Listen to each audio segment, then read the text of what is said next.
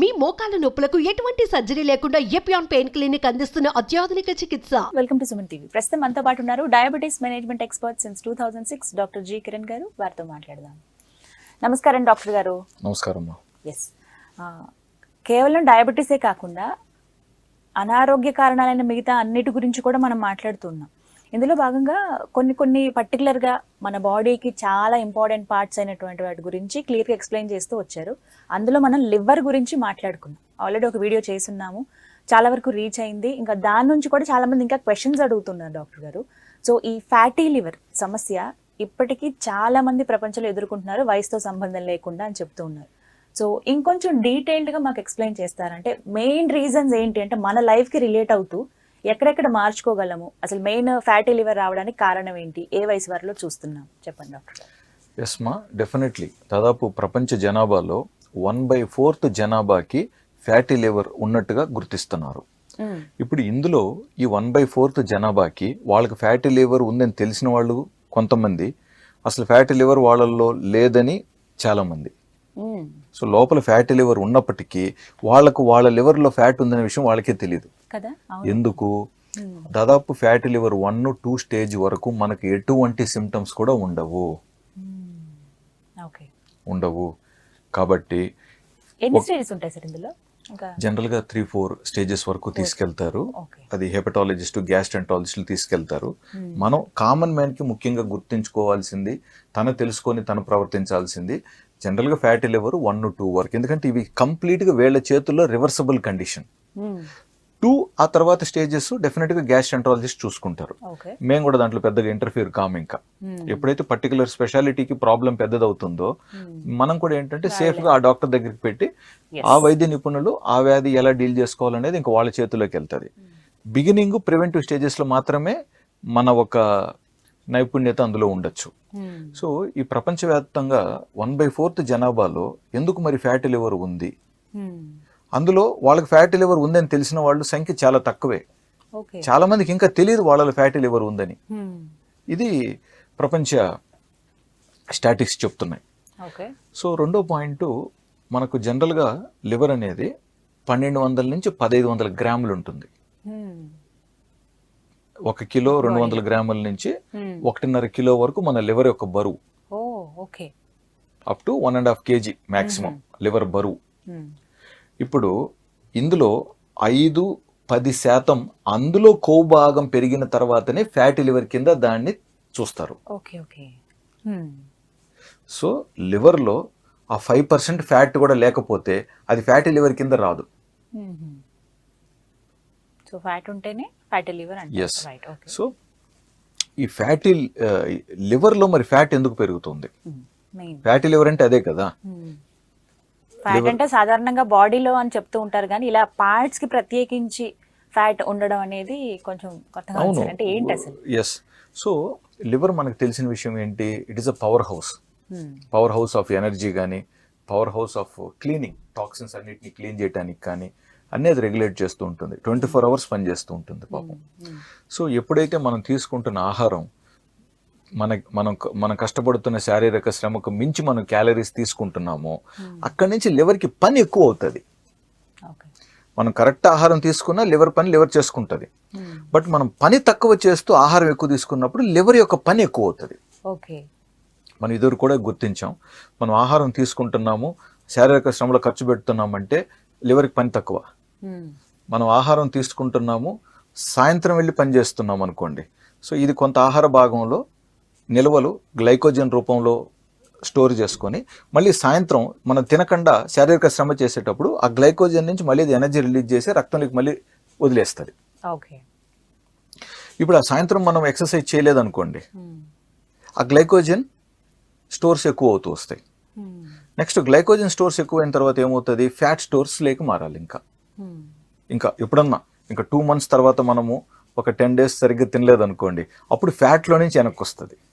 So 3 రకాల stores, వచ్చినట్టు ఖర్చు పెట్టేసుకోవటం, వచ్చింది కొంచెం మిగలబెట్టుకొని తర్వాత ఖర్చు పెట్టుకోవటం, ఇంకొకటిది దూరపు కాలం నిల్వల్లో పెట్టుకోవటం. సో ఇదంతా లివర్ చూసుకుంటుంది ఈ పని అంతా. సో మనం శారీరక శ్రమ లేనప్పుడు దీనికి భారం ఎక్కువైపోయి బరువు ఎక్కువైపోతుంది. ఓకే ఇంకా ఆ ఫ్యాట్ తనలో కూడా కొంచెం స్టోర్ చేసి పెట్టుకుంటుంది. ఓకే అక్కడి నుంచి ఇంకా ఫ్యాట్లో లివర్లో ఫ్యాట్ అనేది కొంచెం పెరుగుతుంది. అలా ఇంక్రీజ్ అవుతూ ఎస్, గతంలో ఏమైంది, ఆరోగ్యకరమైన మనుషులు చాలా వరకు చాలా వయసులో వారు కూడా వారంలో ఒకరోజు ఉపవాసాలు చేసేవారు. ఆరోగ్యం గురించి కావచ్చు, దేవుడి పేరుతో కావచ్చు, లేదా ప్రకృతి పేరుతో కావచ్చు. ఎప్పుడైతే వీళ్ళు ఉపవాసాలు చేశారో ఈ లివర్లో ఉన్న ఫ్యాట్ రివర్స్ వచ్చేసి ఉపయోగపడేది. సో ఇప్పుడు మనకు కంటిన్యూస్గా మనము ఫెడ్ స్టేట్లో ఎక్కువ ఉంటున్నాం, ఎక్కువగా ఫెడ్ స్టేట్లోనే ఉంటున్నాం. ఫాస్ట్ స్టేట్లో లేం, మనం ఫాస్టింగ్ స్టేట్లో లేం, ఫెడ్ స్టేట్లో ఉంటున్నాం. లివర్కి ఫెడ్ స్టేట్లోనూ పని ఉంటుంది, ఫాస్టింగ్ స్టేట్లోనూ పని ఉంటుంది. ఫాస్టింగ్ స్టేట్లో ఉండాల్సిన పని దానికి పని పడట్లేదు. ఓకే ఓకే అది ఖాళీగా ఉంటుంది, ఆ వ్యవస్థ ఖాళీగా ఉంటుంది. కాబట్టి అక్కడ ఇప్పుడు ఇబ్బంది కలుగుతుంది మనకి. అండ్ మెయిన్ ఫుడ్ గురించి కూడా మాట్లాడుతూ ఉంటారు కదా సార్, తీసుకునే ఆహారం కూడా చాలా ఇంపార్టెంట్. హై క్యాలరీ ఫుడ్ తీసుకుంటున్నాం. ఇప్పుడు ఇది వరకు మనం తీసుకున్న ఆహారం, మనం ఇంత ఆహారం తింటే తద్వారా వచ్చే మనకు ఈజీగా వచ్చే క్యాలరీస్ తక్కువ ఉండేటివి, ముఖ్యంగా షుగర్కి సంబంధించినవి, కార్బ్స్ అనుకుందాం, తక్కువ ఉండే కార్బ్స్ ద్వారా వచ్చే ఎనర్జీ లెవెల్స్ తక్కువ ఉండేటివి. ఒకవేళ అందులో కార్బ్ ఎనర్జీ ఉన్నప్పటికీ ఆ శారీరక శ్రమకి ఆ కార్బ్ ఎనర్జీ ఆ రోజు సరిపోయేది. బట్ ఇప్పుడు మనం తీసుకుంటున్న ఆహారానికి, మనం చేస్తున్న జీవనశైలి శారీరక శ్రమకి చాలా చాలా ఎక్కువైపోతుంది ఇప్పుడు ఇది. కాబట్టి మనకు కష్టమవుతుంది అనమాట. ఇప్పుడు సింపుల్గా మనం డాక్టర్సే ఉన్నాం, చదువుకున్న రోజుల్లో, ఇంటర్న్షిప్ చేసే రోజుల్లో హాస్పిటల్లో ఈ వాడికి ఆ వాడికి పైకి కిందికి డ్యూటీ డాక్టర్స్గా తిరిగి కష్టపడి ఎంత తిని పని చేసినా అందరూ బక్కగా సన్నగా కనపడేవాళ్ళు. గవర్నమెంట్ హాస్పిటల్లో మీరు డ్యూటీలు చేస్తున్న డాక్టర్స్ గమనించండి, ఎంత సన్నగా ఉండేవాళ్ళు అంటే అంత. వార్డ్ బాయ్సింగ్గా తిని లాభ ఏంటారేమో కానీ డాక్టర్లు బాగా పనిచేసే వాళ్ళందరూ సన్నగా ఉండేవాళ్ళు. ఎప్పుడైతే డాక్టర్ కన్సల్టెంట్ అయిపోయి కూర్చొని పేషెంట్కి వైద్యం చేయాల్సింది వస్తుందో అక్కడి నుంచి లాభ అవుతాం. అట్లా స్టేటస్ అనమాట. సో ఫైనల్గా మనం చెప్పదలుచుకున్నది ఏంటంటే, ఆహారం తీసుకోవటాన్ని పద్ధతిగా తీసుకోవాలి, మంచి పౌష్టిక ఆహారం తీసుకోవాలి, క్లీన్ ఫుడ్ తీసుకోవాలి, తీసుకుంటున్న ఆహారం క్లీన్గా ఉండాలి, మంచి పదార్థాలు ఉండాలి. మెయిన్ ఇంపార్టెంట్ ఒక విషయం చెప్తూ ఉంటారు సార్, అంటే ఎలాంటి ఫుడ్ తీసుకోవాలని దాన్ని కూడా మనం ఒకసారి మాట్లాడుకున్నాం. కానీ పర్టికులర్గా ప్రోబయోటిక్స్ అని అంటూ ఉంటారు, అది లివర్కి చాలా మంచిదని అంటూ ఉంటారు. అంటే ఇప్పుడు మనకి మార్కెట్లో ప్రోబయోటిక్స్ అని కూడా దొరుకుతూ ఉన్నాయి. అవి తీసుకుంటే సరిపోతుందా? అవి వెచ్చించలేని వాళ్ళు, అవి అసలు ఏంటో తెలియని వాళ్ళు, అలాంటి వాళ్ళకి మరి సొల్యూషన్ ఏంటి? ఇక్కడ నాకు కొంచెం బాధేసే విషయం ఏంటంటే, అసలు ప్రోబయోటిక్స్ అవైలబిలిటీ మార్కెట్లో జస్ట్ నిన్న మొన్నే కదండి వచ్చాయి. అవును, కొంతకాలం క్రితం కూడా కరోనా ఉందో అందుకని కొంచెం ముందు రెడీమేడ్ గా దొరుకుతున్నాయి ప్రోబయోటిక్స్ అనేది. మన సూపర్ మార్కెట్స్ లో మనకు కనపడుతున్నాయి. అంతకుముందు అవన్నీ లేవుగా, మరి అంతకుముందు కూడా మనం చాలా బాగానే బతికాంగా. సో ప్రోబయోటిక్స్ అంటే నథింగ్ బట్ పుల్లటి మజ్జిగ, సద్ది, ఏదైతే మనం ముందు రోజు పెట్టి నెక్స్ట్ రోజు తీసుకుంటున్నారో ఇవన్నీ మంచి ప్రోబయోటిక్స్ కిందనే వచ్చేటివి. పెరుగు, పుల్లటి మజ్జిగ, ఏదైనా సరే.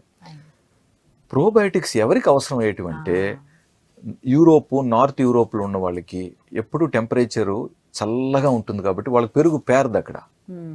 వాళ్ళు పాపం ప్రోబయోటిక్స్ కొనుక్కొని తీసుకొని వాడతారు.